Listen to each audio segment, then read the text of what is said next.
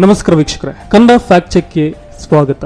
ಇತ್ತೀಚೆಗೆ ತಮಿಳುನಾಡಿನ ಸ್ಟಾಲಿನ್ ನೇತೃತ್ವದ ಡಿಎಂಕೆ ಸರ್ಕಾರದ ಮೇಲೆ ಪುರಾತನ ದೇವಸ್ಥಾನಗಳನ್ನ ಹೊಡೆಸಲಾಗ್ತಾ ಇದೆ ಎಂಬಂತ ಸುಳ್ಳು ಆರೋಪಗಳು ಹೆಚ್ಚಾಗಿ ಕೇಳಿ ಬರ್ತಾ ಇವೆ. ಈ ಹಿಂದೆಯೂ ಜಯಲಲಿತಾ ಅವರ ಕಾಲದಲ್ಲಿ ಹೆದ್ದಾರಿ ನಿರ್ಮಿಸಲು ಶಿವಲಿಂಗವೊಂದನ್ನ ತೆರವುಗೊಳಿಸಲಾಗಿತ್ತು. ಆದ್ರೆ ಕೆಲವರು ಚೋಳರ ಕಾಲದ ಶಿವಲಿಂಗವನ್ನ ಸ್ಟಾಲಿನ್ ಅವರ ಡಿಎಂಕೆ ಸರ್ಕಾರ ತೆರವುಗೊಳಿಸಿದೆ ಅಂತ ಆರೋಪಿಸಿ ಹಂಚಿಕೊಳ್ಳಲಾಗ್ತಾ ಇದೆ. ಈಗ ತಮಿಳುನಾಡಿನ ಕಾಂಚೀಪುರದ ನಿಮಂತಕರರ್ ರಸ್ತೆಯಲ್ಲಿ ಸಾವಿರಾರು ವರ್ಷಗಳಿಗೂ ಹಳೆಯದಂತ ಪುರಾತನ ಶ್ರೀನಲ್ಲ ಕಂಬ ವಿನಾಯಕರ್ ದೇವಸ್ಥಾನವನ್ನ ಸ್ಟಾಲಿನ್ ಸರ್ಕಾರ ಹೊಡೆದುರುಳಿಸಿದೆ ಅಂತ ಪ್ರತಿಪಾದಿಸಿ ದೇವಸ್ಥಾನವನ್ನ ಹೊಡೆಯುವ ವಿಡಿಯೋವೊಂದನ್ನ ಹಂಚಿಕೊಳ್ಳಲಾಗ್ತಾ ಇದೆ. ಈ ವಿಡಿಯೋವನ್ನ ತತ್ವಮಸಿ ಮತ್ತು ಬಾಯ್ಲ್ಡ್ ಅಂಡ ಎಂಬಂತಹ ಖಾತೆಯವರು ಸ್ಟಾಲಿನ್ ಸರ್ಕಾರ ದೇವಾಲಯವನ್ನ ಕೆಡವಿದೆ ಅಂತ ಪ್ರತಿಪಾದಿಸಿ ಹಂಚಿಕೊಳ್ತಾ ಇದ್ದಾರೆ. ಹೀಗೆ ವ್ಯಾಪಕವಾಗಿ ಹಂಚಿಕೊಳ್ಳಲಾಗ್ತಿರುವಂತಹ ಸುದ್ದಿಯ ಕುರಿತು ಕನ್ನಡ ಫ್ಯಾಕ್ಟ್ ಚೆಕ್ ತಂಡ ಸತ್ಯ ಶೋಧನೆಯನ್ನು ನಡೆಸಿದೆ. ಈ ದೇವಸ್ಥಾನವು ಖಾಸಗಿ ಒಡೆತನದ ದೇವಾಲಯವಾಗಿದ್ದು ತಮಿಳುನಾಡಿನ ರಾಜ್ಯ ಸರ್ಕಾರದ ಹಿಂದೂ ಧಾರ್ಮಿಕ ಮತ್ತು ದತ್ತಿ ಇಲಾಖೆಯ ಅಡಿಯಲ್ಲಿ ಬರೋದಿಲ್ಲ ಅಂತ ತಿಳಿದು ಬಂದಿದೆ. ದೇವಸ್ಥಾನದ ಟ್ರಸ್ಟಿಗಳಾದಂತಹ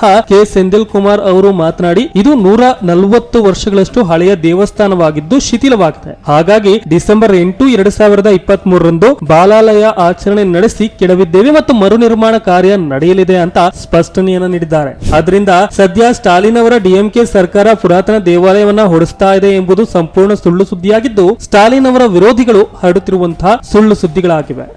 ಕನ್ನಡ ಫ್ಯಾಕ್ಟ್ ಚೆಕ್ ಸುಳ್ಳು ಸುದ್ದಿಗಳನ್ನ ಬಯಲುಗೊಳಿಸುವ ಪ್ರಯತ್ನವಾಗಿದೆ. ಯಾವುದೇ ಸಂದೇಶದ ಬಗ್ಗೆ ಸಂದೇಹ ಬಂದರೆ ನಮಗೆ ಕಳುಹಿಸಿ. ಫ್ಯಾಕ್ಟ್ ಚೆಕ್ ಪ್ರಕಟಿಸುತ್ತೇವೆ. ನಮ್ಮ ವಿಡಿಯೋ ಪೋಸ್ಟರ್ಗಳನ್ನ ಶೇರ್ ಮಾಡುವ ಮೂಲಕ ಬೆಂಬಲಿಸಿ.